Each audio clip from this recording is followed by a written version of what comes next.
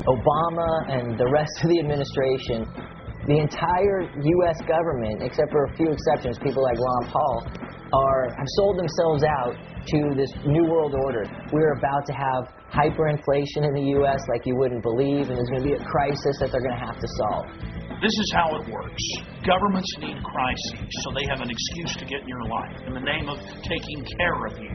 The British, over 100 years ago, even the mainstream history books admit, used their control of the ports and opium to get control of the criminal gangs and to later bring down the government of China and install their own puppet dictatorship and break the country in over 10 pieces. Well, fast forward to the 20th century. You could buy opium and cocaine in every corner drugstore, in every shop. And you had less drug use then than you do now. I mean, look at what happened with Prohibition. They outlawed alcohol, and suddenly the use of alcohol skyrocketed because it was risque and cool to drink. People had more alcohol poisoning because the stuff was being brewed in people's bathtubs. It energized huge criminal crime syndicates, and then the government, of course, had to expand its federal controls and violate people's rights and set up a police state. That's why they love the drug war. I remember when I was a teenager, just before Prohibition was repealed, we used to sneak a drink or two from a hip flask. Oh, my mother and father thought it was the end of the world. So what happened? Absolutely nothing. When they lost alcohol prohibition, they had to move on something new. The Bureau of Alcohol, Tobacco, and Firearms had to have something to do. And that's what they did. And look at it. We're 70-plus years into the drug war. Just in the last decade, the amount of cocaine in the country has doubled. The amount of heroin has tripled. And our prison population has more than tripled. There's now over 7.5 million people in prison or on parole. The question is how do we most effectively reduce substance misuse? How do we most effectively enable people to manage their drug use so that they cause as little harm to themselves and others as possible? If you engage in any type of high-contact sport, chances are you're going to get injured.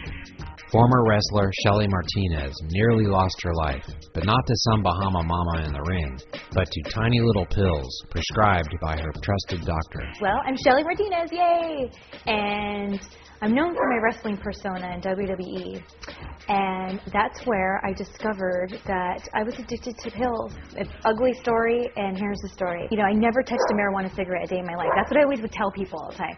Like, whenever they would, you know, try to get me high in high school, whatever, I'd like, look, I never touched a marijuana cigarette a day in my life. So then I go to WWE, and I hurt my back really bad during my developmental time there. And next thing I know, I went to the doctor, and I was like, hey, you know, I got this weird thing going on in my back, like that, and it's making me not sleep. He's like, well, that's called a muscle spasm. Here you go. Here's some Somas. So then I started taking them, and then 1 wasn't doing the trick, 2 wasn't doing the trick. And then I told him, you know, what do I do? He's like, oh, just up your dose. Before I knew it, I was 20 Somas a day deep. It's so ironic that doctors who claim marijuana is harmful will not only prescribe dangerous synthetic drugs to patients, but will often prescribe lethal doses. And I've been astounded by the number of people with a similar story of getting off of narcotics. Meanwhile, back in Marina Del Rey, Elliot and Daniel go to the animal hospital to visit poor wounded Scabs, who had been shot twice by a government worker. Hey, Scabs, yes. Hey, buddy. Hey, pal. Hi, Scabbers. Oh, yeah, you got shot. Hey, buddy.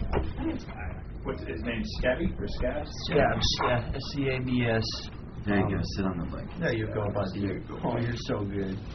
And, so he was all scabbed up when we got him. He actually looked a lot better. Oh, you're so good.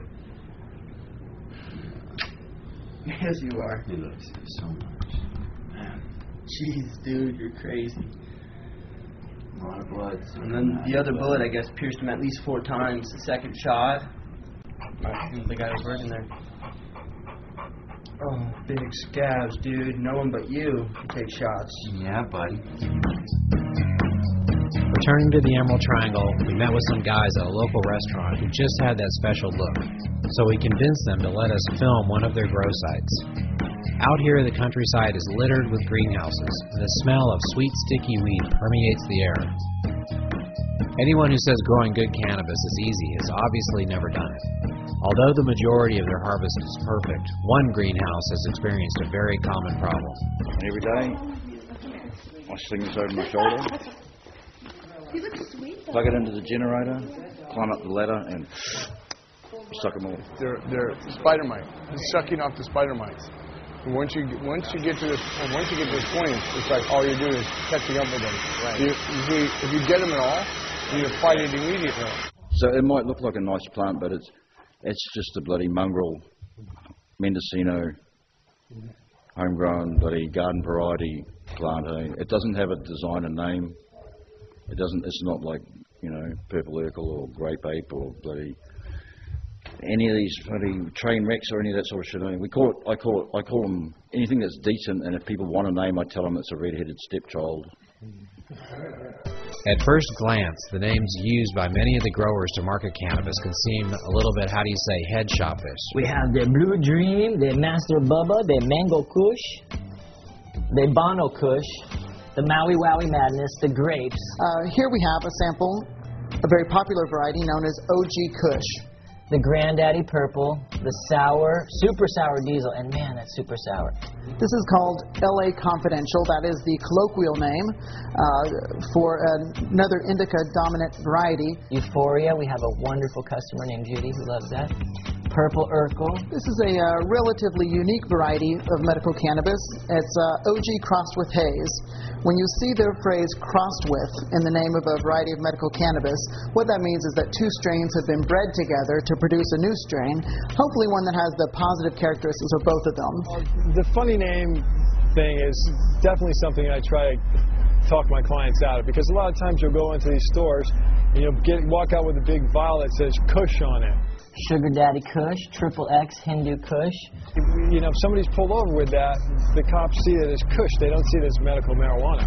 So the names, as strange as they are, they're here to stay. I don't think that's going to change. God's Gift, Super Afghani, and then we have the Platinum Bubba, the Super Silver Haze. Ooh, that's one of my personal favorites. And then the True OG, that's what we just smoked upstairs. And if it wasn't for weed, this county, most of Northern California would be fucking down the gurgler, ain't it? Besides being a dispensary owner, Don Duncan is the co-founder of Americans for Safe Access, a group that helps people such as Jeff in a time of crisis. Yeah, he's recovering.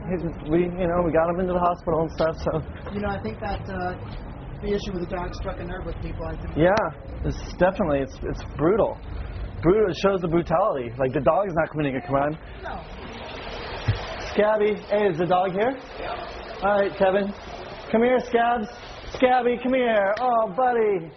Oh, come on, Scabby. Oh, come here. Oh, shh. Oh, he's scared. He's scared.